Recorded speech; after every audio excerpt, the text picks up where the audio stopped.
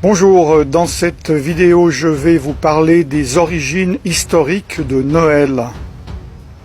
Cette célébration commence il y a bien longtemps, bien avant l'Empire romain.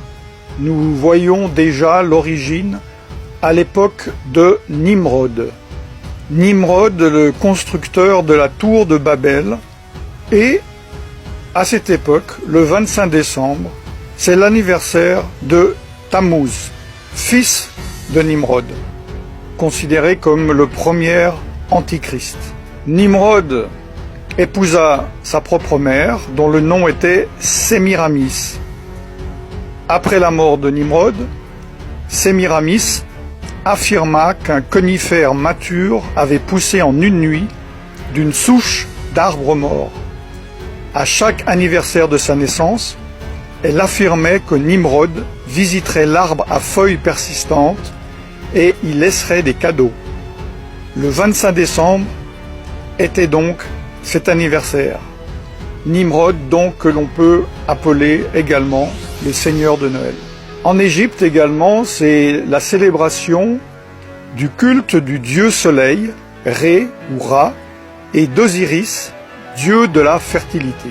En Perse, c'est le culte du dieu soleil Mitra. En Grèce, c'est le culte du dieu soleil Hélios et de Dionysos, également dieu de la fertilité et du vin. À Rome, bien avant la naissance de Jésus-Christ, c'est le culte du Sol Invictus, le soleil invaincu. Dans d'autres cultures païennes, le 25 décembre, qui correspond au solstice d'hiver, célèbre la naissance de dieux païens comme Attis, Bacchus, Dionysos, Hélios, Horus, Mithras, Nimrod, Perséus, Sol Invictus, Tammuz. Et finalement, cette nouvelle idole, ce nouveau dieu récupéré par l'Empire romain, Jésus, qui fut rajouté et assimilé à ces cultes païens. L'Empire romain, culture païenne par excellence, avec sa religion panthéiste, l'adoration de nombreux dieux, célébrait les Saturnales. Que sont les Saturnales? Voici ce que dit l'encyclopédie Britannica. Dans l'Empire romain, les Saturnales étaient une fête de divertissement et d'échange de cadeaux. Le 25 décembre était également vu comme l'anniversaire du dieu Mitra, le soleil vertueux. À la nouvelle année romaine, les maisons étaient décorées de verdure et de lumière. Ces Saturnales étaient en l'honneur du dieu Saturne. C'est une divinité, une des divinités romaines, et de peur d'être détrôné par l'un de ses enfants, il dévora chacun d'eux à leur naissance. Il préside la période qui précède le solstice d'hiver, celle donc des Saturnales. Pendant le reste de l'année, c'est un Deus Otiosus, un dieu en sommeil, dont la statue est liée par des bandelettes, dont on ne le libère qu'au moment des Saturnales. Il a été assimilé par les anciens au titan grec Chronos, le dieu du temps. Saturne est un impulseur de biens, aspect que l'on retrouve dans les réjouissances et les cadeaux des Saturnales, des fêtes de divertissement et d'échange de cadeaux. Ces Saturnales étaient considérées comme joyeuses, car elles étaient pratiquées dans l'ivrognerie et la débauche. À la nouvelle année romaine, les maisons étaient décorées de verdure et de lumière. La nouvelle religion romaine, fraîchement créée par l'empereur romain Constantin, a mélangé les pratiques et les croyances de la Bible avec celles occultes de son empire, et il a adopté et adapté cette fête païenne. Cela s'appelle le syncrétisme. On m'a demandé des faits. Ce que je viens vous dire sont des faits. Voici d'autres faits. Noël, par exemple, a été illégal aux États-Unis d'Amérique jusqu'au XIXe siècle, étant considéré comme elle est, c'est-à-dire une ancienne fête païenne. Vous pouvez voir sur le panneau en anglais que je traduis, avertissement public, l'observation de Noël ayant été jugé comme un sacrilège, l'échange de cadeaux, de célébrations, l'habillement fin et d'autres pratiques sataniques similaires sont interdites. Autre fait, au XIXe siècle, en Grande-Bretagne, Charles Spurgeon, surnommé le prince des prêcheurs, une personne appréciée par tous les protestants, les évangéliques et les pentecôtistes. C'est une référence dans ce milieu. C'est moi je dirais, un revivaliste avant son temps. Il écrit « Ceux qui suivent la coutume de célébrer Noël ne suivent pas la Bible, mais des cérémonies païennes. » Autre fait, tous les historiens et les érudits de la Bible s'accordent à dire que Jésus n'a pas pu naître en décembre. Il faisait trop froid en hiver, pour différentes raisons que j'ai déjà données dans d'autres vidéos.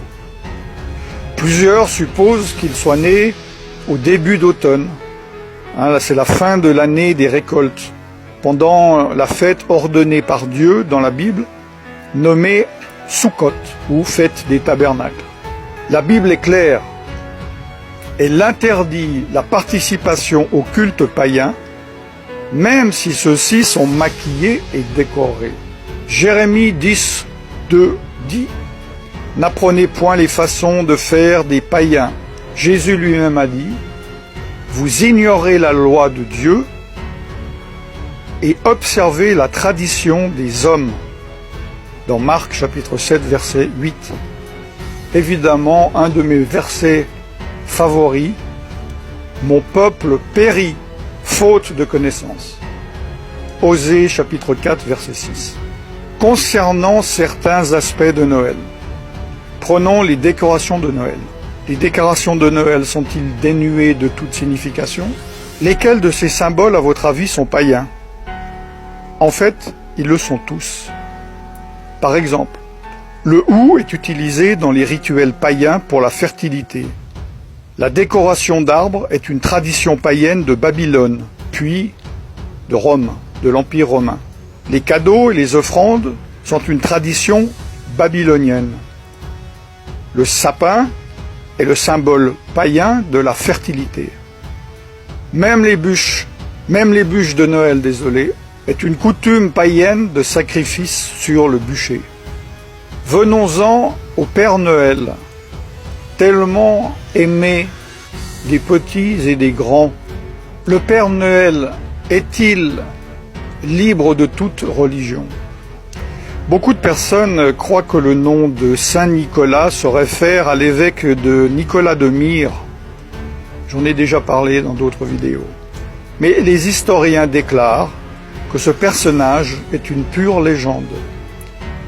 D'ailleurs, dans les années 70-70, le Concile Vatican II a formellement déclaré qu'aucun évêque de l'Église catholique romaine du nom de Nicolas n'avait jamais existé.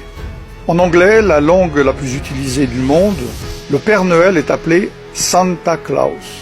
Santa, dans les jeux ésotériques, est l'anagramme de Satan. Selon l'encyclopédie, le nom de Santa était le surnom pour le Nimrod, dont je vous ai parlé en Asie mineure, qui avait les caractéristiques d'avoir une longue barbe, une reine, pas la femme d'un roi, mais l'animal, sans oublier qu'il est né, comme je vous l'ai dit, le 25 décembre. Le Père Noël est connu dans notre culture comme étant éternel. Comme un Dieu, il connaît toutes nos actions. Comme un Dieu, il juge nos bonnes ou nos mauvaises actions. Il est donc représenté, sans que les personnes ne se rendent compte, comme étant omniscient, omniprésent et omnipotent. Ces qualités n'appartiennent qu'à Dieu lui seul. Les enfants prient Santa afin qu'ils obtiennent des cadeaux, des faveurs, des bénédictions, au lieu de prier Dieu. Comme j'espère vous le savez, le Père Noël, sous sa forme actuelle, joviale, obèse, a été créé de toutes pièces dans les années 30 par la société Coca-Cola pour vendre ses bouteilles de boissons. N'oubliez pas, chers frères et sœurs, que la parole de Dieu dit « Je suis l'Éternel votre Dieu, et tu n'auras pas d'autre Dieu que moi ». Exode chapitre 20, versets 2 à 3. Dieu également a fixé des fêtes. En tant que chrétien, vous pouvez très bien dire qu'elles ne sont pas applicables vu que vous êtes sous sous la nouvelle alliance. Je ne vais pas traiter de cela.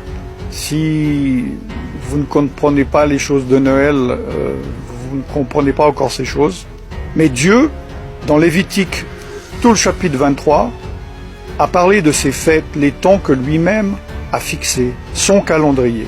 Le calendrier du Dieu dont vous dites être son enfant.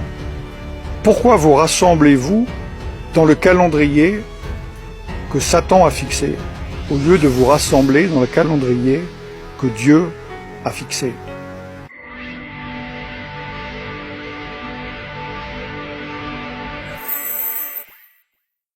Je vous laisse méditer là-dessus. À partir de ce jour, vous ne pourrez plus dire que vous ne saviez pas. Prenez vos responsabilités, priez et faites votre choix d'obéir à Dieu, de désobéir à Dieu, d'être bouillant, d'être froid ou d'être tiède. N'oubliez pas que Jésus vomira les tièdes de sa bouche. Je ne vous souhaite donc pas un joyeux Noël. Par contre, je vous bénis dans le nom tout-puissant de Yeshua Mashiach, Jésus-Christ de Nazareth, le Fils de Dieu, et je vous dis à très bientôt. Shalom.